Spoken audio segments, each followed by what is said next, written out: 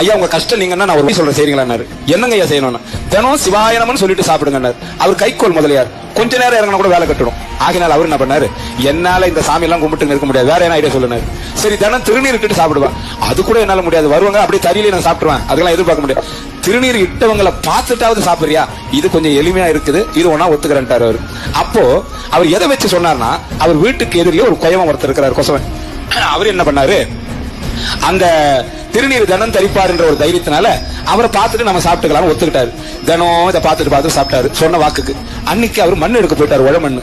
அட இவனை நம்பி இந்த வார்த்தை விட்டா இவன் எங்க போனான்னு தெரியல, நம்ம இப்ப பசி எடுக்குது நான் என்ன பண்றது, பார்த்துட்டு வந்து சாப்பிடணுமேனுட்டு அவன் எங்க போய்க்கிறான்னு வீட்டுல போய் கேட்டாரு. அவர் மண் எடுக்க போயிட்டாருன்னா இவரு வேகமா ஓடுறாரு பசியில, அவனை பார்த்துட்டு வந்து சாப்பிடலான்னு. அவன் என்ன பண்றான், மண் எடுக்கும் போது வெட்ட வெட்ட ஒரு சத்தம் கேக்குது. என்னன்னு தேடினா புதையல் கிடைச்சிக்குது. அப்படியே யாரும் பார்க்க கூடாதுன்னு சந்திரி பண்ணாம தூக்குற நேரம் பார்த்து இவன் போய் அங்க நின்னு அவன் முகத்தை மட்டும் பார்த்தான். இவன் என்ன பண்ணா, முகத்தை மட்டும் பார்த்துட்டு பாத்துட்டேன்னு வந்துட்டான். இவன் எதை பார்த்தான்னு சொல்லல. வந்தாரு இவரு, சாப்பாடு நல்லா உட்காந்து சாப்பிட்டு உட்காந்துட்டார் தறியில எப்போதும் போல. நான் யாரும் பார்க்கலன்னு பார்த்தா இவன் வேற பார்த்துட்டு போயிட்டான்னு அவன் பார்த்தது முகத்தை, திருநீரிட்ட முகத்தை.